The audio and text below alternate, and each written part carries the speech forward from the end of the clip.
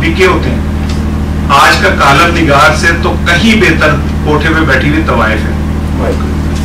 وہ پھر یار بدلنے میں ٹائم لیتی ہے. آج کا کالم نگار تو یار بدلنے میں ایک سیکنڈ نہیں لگاتا. میں تو کہتا ہوں کہ جو آج کا کالم نگار اور آج کا یہ دانشور ہے, اس سے بڑی طوائف تو اس وقت اس سوسائٹی میں کوئی ہے ہی نہیں. جتنا بیڑا غرق ان لوگوں نے کیا اپنے ضمیر کو بیچ کے اور چند ٹکوں کی خاطر اور چند مادی فائدوں کی خاطر, ان لوگوں نے پاکستان کا بیڑا غرق کیا. انہوں نے بونوں کو ہیرو بنا کے قوم کے سامنے پیش کیا. انہوں نے لٹیروں کو ہیرو بنا کے ریبر بنا کے قوم کے سامنے پیش کیا. انہوں نے کونسلر کے لیول کے لوگوں کو وزیر اعظم بنوایا. میں کسی ایک سیاسی جماعت کی نہیں بات کر رہا, میں ایک جنرل بات کر رہا ہوں. اور اس کا نتیجہ آج یہ ہے کہ میرے جیسا رؤف طاہر صاحب جیسا پڑھا لکھا آدمی آج الیکشن پہ کھڑا ہونا تو لوگ ہمیں جوتے مار مار کے مارتے ہیں. تو بن گئی کہ جو جتنا بڑا ڈکیت ہے, جتنا بڑا ریزن ہے, جتنا بڑا ہسٹری شیٹر ہے, وہ اتنا ہی بڑا لیڈر ہے. ایک پارٹی کے سربراہ کہتے ہیں کہ ہم پچھلے 30 سال سے جیلیں بھگت رہے ہیں, ہم نہیں ڈرتے. تو میں نے ان سے کہا کہ بھائی تو اپنی عادت ہی بدل لو یار, تم جو جیلیں بھگتے جا رہے ہو اور چنگا ہی کام کر لو کہ جیلیں نہ بھگتنی پڑیں. سو ہم وہ بدقسمت قوم ہے جو 2 اچھوں میں سے ایک اچھے کا انتخاب نہیں کرتے, 2 بروں میں سے ایک کم برے کا انتخاب کرتے ہیں. اس لیے آج عمران خان وزیر اعظم یہ نہیں یوم تکبر مناتے ہیں اور یہ طاقتور مناتے ہیں. ایلیٹ کلاس پاکستان کی جو ہے وہ پاکستان کو سیلیبریٹ کرتی ہے. غریب آدمی کا تو تعلق کوئی نہیں ہوتا. بادشاہی مسجد میں وہ تقریب ہوتی ہے, وہ جو باہر شاہی قلعے کے باہر ہے وہاں پہ, تو پورا لاہور اس کا ارد گرد کا بلاک ہو جاتا ہے. وہ ریڑھی والے اور یہ اور وہ سارے, وہ 14 اگست والے دن جو ہیں وہ قیدوں کے محصور ہو کے بیٹھے ہوتے ہیں اور چند لوگ جو ہیں وہ جا کے وہاں پہ حضور باغ میں تقریب کر رہے ہوتے ہیں. سو یہی حال پاکستان کی صحافت کا ہے. ہم اتنے مجبور ہیں کہ ہم نہ اپنی مرضی سے لیڈ لگا سکتے ہیں, نہ سپر لیڈ لگا سکتے ہیں, نہ ہم اخبار میں اپنی مرضی سے کانٹینٹ دے سکتے ہیں. یہ ریکارڈ ہو رہا ہے اور مجھے امید ہے کہ چونکہ یہ بڑی ایک عظیم پلیٹ فارم ہے تو اسے کون سا کسی نے میرا کی فلموں کی طرح دیکھنا ہے, چند لوگ ہی دیکھیں گے تو بات زیادہ دور تک نہیں جائے گی. لیکن کربلا بپا ہوتی ہے, روزانہ محدود پیمانے کے اوپر یزید حسین کو مارتا ہے. تو یہ پاکستان کی صحافت کا المیہ ہے. اب ہوتا یہ ہے کہ صحافی سے یہ توقع کی جاتی ہے کہ وہ سچ بولے, برائیوں کو بے نقاب کر دے, ظالم جابر حکمران کی آنکھوں میں آنکھیں ڈال کے بات کرے. کیوں کرے؟ میں اس کو کیا آپ نے کوئی اسپیشلی کوئی وہ دے دیا ہے؟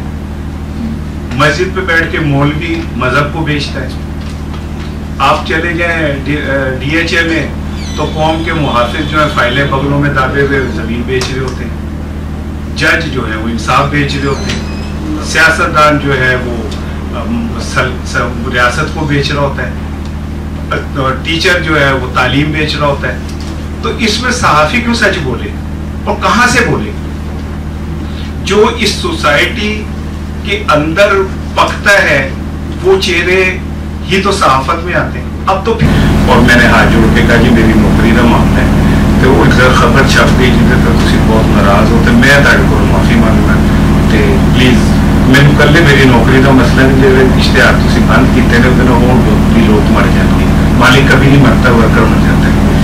تو میرا یہ پہلا ایکسپیرینس تھا کہ مجھے پتہ چلا کہ ہم جو زون میں پھر رہے ہوتے ہیں ایڈیٹر اور یہ وہ, ہماری کیا حیثیت اور کیا اوقات ہے. ایک سنگل خبر سے مالک مجھے یہ کہہ سکتا ہے کہ اپنی نوکری کا بندوبست کر لو. تو یہ حالات یا آئی بی پے رول پہ ہوتی ہے یا پیپلز پارٹی یا مسلم لیگ نون کے تنخواہ دار ہوتی ہے یا جماعت اسلامی کے منصورہ سے تربیت یافتہ ہوتی ہے یا پی ٹی آئی کے جو انقلابی ہیں ان کے ساتھ اس کی کوئی وابستگی ہوتی ہے اور وہ ان کے ریفرنس سے اپنی نوکری کرتا ہے. اوپر جتنے 8 بجے کی سلاٹ کے, 7 بجے کے اور 10 بجے کی سلاٹ کے لوگ ہوتے ہیں, یہ سارے ہی یا تو کسی ایجنسی کے پے رول پہ ہوتے ہیں اور وہ ایجنسیاں انہیں وہاں جا کے بٹھاتی ہیں, یا وہ مالکان کے منظور نظر ہوتے ہیں، اور مالکان کے منظور نظر اس لیے ہوتے ہیں کہ مالکان کو پتہ ہوتا ہے کہ ان سے ہم نے کس پارٹی سے کیا فائدہ لینا ہے. تو ایسے میں میرے جیسے جو لوگ ہوتے ہیں وہ پھر اپنا یوٹیوب چینل نکال کے خود ہی ویلاگ کرتے ہیں اور خود ہی گھر میں بیٹھ کے تالیاں مارتے ہیں کہ دیکھا میں کتنا اچھا بولا تھا. میں نے اپنی آنکھوں کے سامنے دیکھا کہ افطار کے وقت مالک کے لیے پی سی سے افطاری کا سامان آیا اور اس کا پی اے جو تھا وہ پانی سے روزہ کھول رہا تھا. یہ میں نے اپنی آنکھوں سے دیکھا ہے. تو یہ ویسے تو پاکستان ماشاءاللہ ہے ہی. آئی ایم سوری میرے باپ نے اس پاکستان کے لیے ہجرت کی. ہم نے کٹی ہوئی لاشیں وہ کہتے ہیں کہ میں نے اپنے پیاروں کی دیکھی. ہم وہ بہت امیر تو نہیں تھے انڈیا میں لیکن اتنے غریب بھی نہیں تھے. تو وہ سب کچھ وہ چھوڑ کے آئے. میں نے مجھے اچھی طرح یاد ہے کہ اگر ان کے سامنے 100 بار قائد اعظم علیہ رحمہ کا نام لیا جاتا تھا تو ان کی 100 بار آنکھیں بھیگتی تھی. 100 بار ان کا چہرے میں تغیر میں دیکھتا تھا. اگر کسی نے اصل صحافی دیکھنے ہیں تو آپ کسی اخبار کے دفتر میں رات کو جائیں.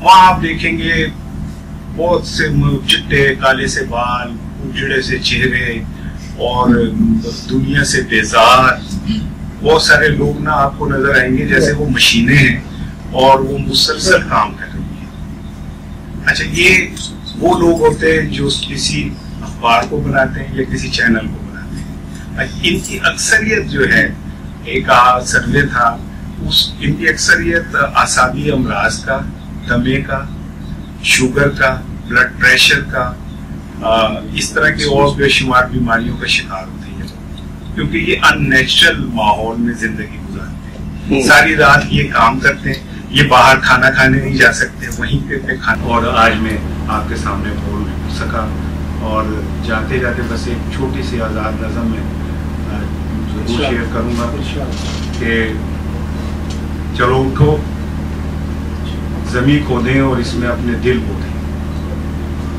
چلو اٹھو زمین کھودیں اور اس میں اپنے دل بو دیں.